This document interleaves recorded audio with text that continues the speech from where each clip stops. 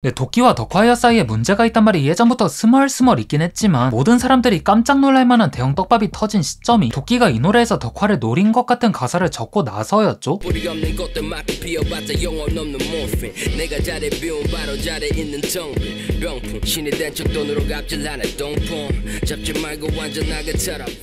신이 된 척 돈으로 갑질하는 이른바 신돈갑 삼행시 라인으로다가 도끼가 덕화이엇을 저격한 게 아니냐는 의혹이 증폭됐어요. 그리고 염따날하게 가장 큰 원흉이 됐던 데이토나 엔터테인먼트의 계약 해지 회유 사건이 바로 신돈갑 라인이 나오기 한 달 전에 터졌기에 미스터 곤조가 그걸 겨냥한 것 같다는 목소리도 있었고요. 더군다나 도끼는 과거 소울다이브 소속 지토의 본명 이한노를 이한놈으로 바꿔서 디스곡을 발표한 적도 있어가지고 덕화이엇의 본명으로다가 디스했다는 주장은 나름의 설득력을 가질만 했죠. 또 신돈갑에 곧바로 이어지는 똥폼 잡지 말고 안전하게 타라 볼보라인은 청자로 하여금 도끼의 덕화이엇 디스란 신빙성을 더 높였어요. 거기다 이제 쐐기를 박은 건 덕화이엇의 대표곡 중 하나인 진흙 속에서 피는 꽃을 비틀어서 쓴 듯한 가사였는데요. 해당 곡의 한 구절인 뿌리 깊은 나무처럼 흔들림 없는 영혼을 도끼는 뿌리 없이 꽃을 마음껏 피워봤자 영혼 없는 몰핀 이런 식으로 해당 구절을 비꼬아서 표현한 것처럼 해석하게 했죠. 그럼 그는 대체 왜 그런 가사를 적은 걸까요? 뭐 다양한 의견들이 있지만 대충 하나로 좁혀지는 공통된 의견은 덕화이엇의 행보와 연관이 있단 거였어요. 아니 우리 힙합대부 덕화이엇 선생님의 행보가 어때서? 라고 반문하는 분들도 계시겠지만 도끼와 덕화이엇 간의 힙합적 견해 차는 일리네어 해체 전부터 서서히 벌어지고 있었습니다. 일단 도끼는 오토튠 걸고 노래 부르는 것에 있어선 그렇게 부정적이라 생각하지 않는데 시대의 변화에 따라 탄생한 다양한 스타일도 존중할 가치가 있으니까요. 하지만 래퍼 딱지를 들고 그런 걸 할 거라면 랩도 제대로 할 줄 알아야 한다는 게 도끼의 주장인데요. 뭐 단적인 예로 창문은 오토튠 걸고 감성 랩할 때도 있지만 랩시스로 조지는 트랙에선 그냥 미친놈 마냥 잘해버리니까 도끼는 창모 같은 타입의 래퍼를 싫어할 이유가 전혀 없는 거죠. 뭐 그래도 이왕이면 원초적인 힙합의 색을 내는 래퍼가 더 우선순위에 있긴 하겠지만요. 근데 최근 5년 사이에 등장한 신인들 중 일부에 한해서는 가요랩에만 몰빵한 이들이 본인과 같은 신 안에 있다는 게 도끼의 입장에선 인상이 찌푸려질 만한 상황이었어요. 그리고 그런 부류의 아티스트들을 현재 앞에서 끌어주는 자가 자신과 밑바닥부터 오랜 세월을 함께한 덕화이엇이었으니 도끼 입장에선 실망감이 배로 다가왔을 거라 가늠해볼 수 있었죠.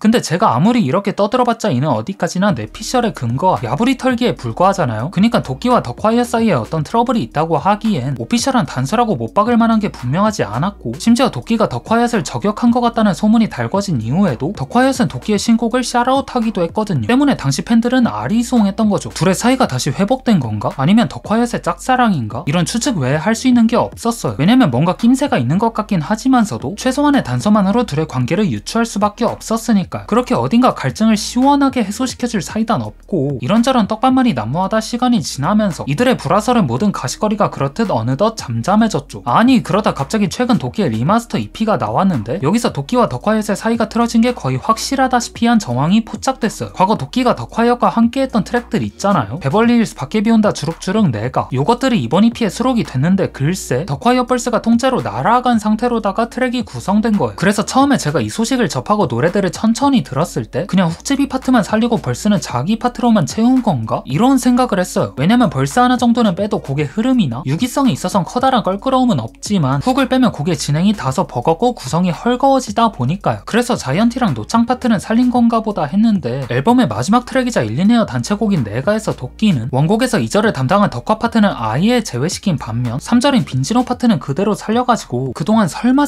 했던 게 사실로 밝혀진 거나 다름이 없었죠. 이거 도덕 간에 정말로 뭔 일이 있긴 했구나 이런 확신이 생기는 방증으로 받아들여지게 했으니까요. 뭐 그래서인진 몰라도 신돈갑 삼행시 이후로 도끼가 참여하거나 발매한 곡들에서 광역 디스를 시전한 라인 한두 마디 정도 있잖아요. 뭔가 웬만하면 덕화성님이 그 레이더 안에 걸려드는 것 같은 거예요. 예를 들어 덕화이엇을 대표하는 가사 중 하나인 난 렉과 돈의 간격을 좁힌 놈을 도끼는 메디테이트에서 아무도 나전엔 힙합과 돈 사이를 좁혀놓은 사람은 없지 이런 라인으로 덕화이엇을 맞받아친 것 마냥 적었고